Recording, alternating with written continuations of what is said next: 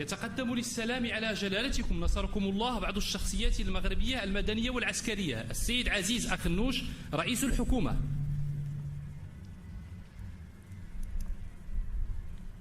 السيد رشيد طالبي العالمي رئيس مجلس النواب، السيد محمد ولد الرشيد رئيس مجلس المستشارين،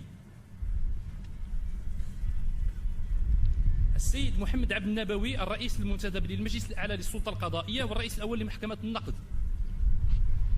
السيد هشام بلاوي الوكيل العام للملك رئيس النيابة العامة،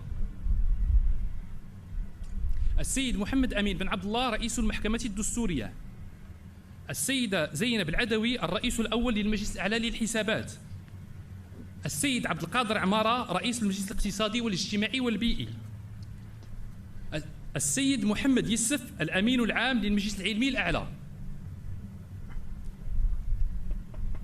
السيدة رحمة برقية رئيسة المجلس الأعلى للتربية والتكوين والبحث العلمي، السيدة آمنة بوعياش رئيسة المجلس الوطني لحقوق الإنسان، السيد حسن طارق وسيط المملكة، السيدة لطيفة أخرباش رئيسة الهيئة العليا للاتصال السمعي البصري، السيد أحمد رحو رئيس مجلس المنافسة،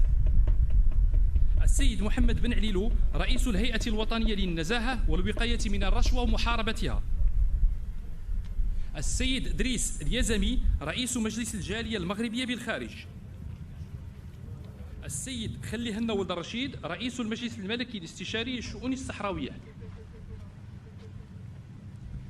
السيد يونس التازي والي جهة طنجة تطوان الحسيمة وعامل عمالة طنجة أصيلة، السيد عمر مورو رئيس مجلس الجهة،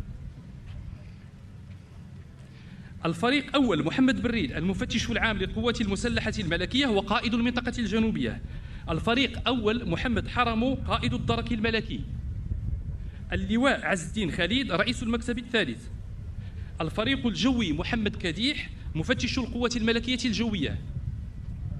اللواء البحري محمد الطحيل مفتش البحرية الملكية،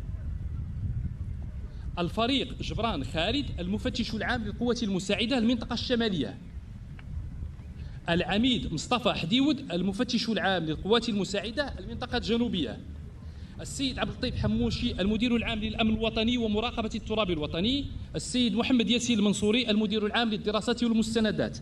عمداء فرق السلك الدبلوماسي المعتمدون بالرباط: سعادة السيد محمد يوسف سفير جمهورية الكاميرون عميد السلك الدبلوماسي الإفريقي،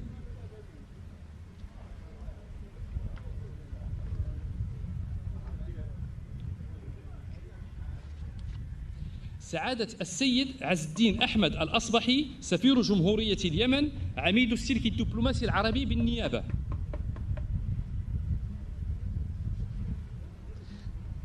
سعادة السيد جوليان فانسون بروني سفير الهيئة السيادية العسكرية لمالطا عميد السلك الدبلوماسي الأوروبي بالنيابة،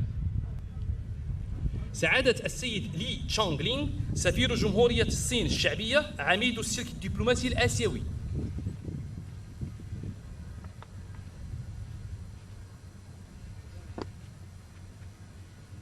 رؤساء الكنائس والبيع: مونسينيور إميليو روتشا غراندي archevêque de Tanger،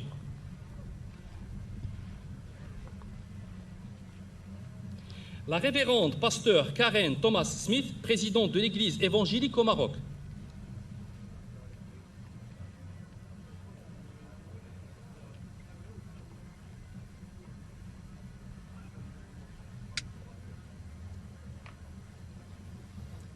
Monseigneur Maxime Massalitine, président de l'Église orthodoxe russe,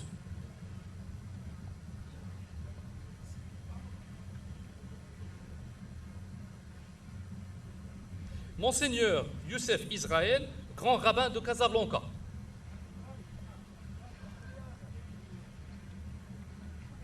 كما يتقدم للسلام على جلالتكم نصركم الله السيد جاني أنفانتينو رئيس الاتحاد الدولي لكرة القدم.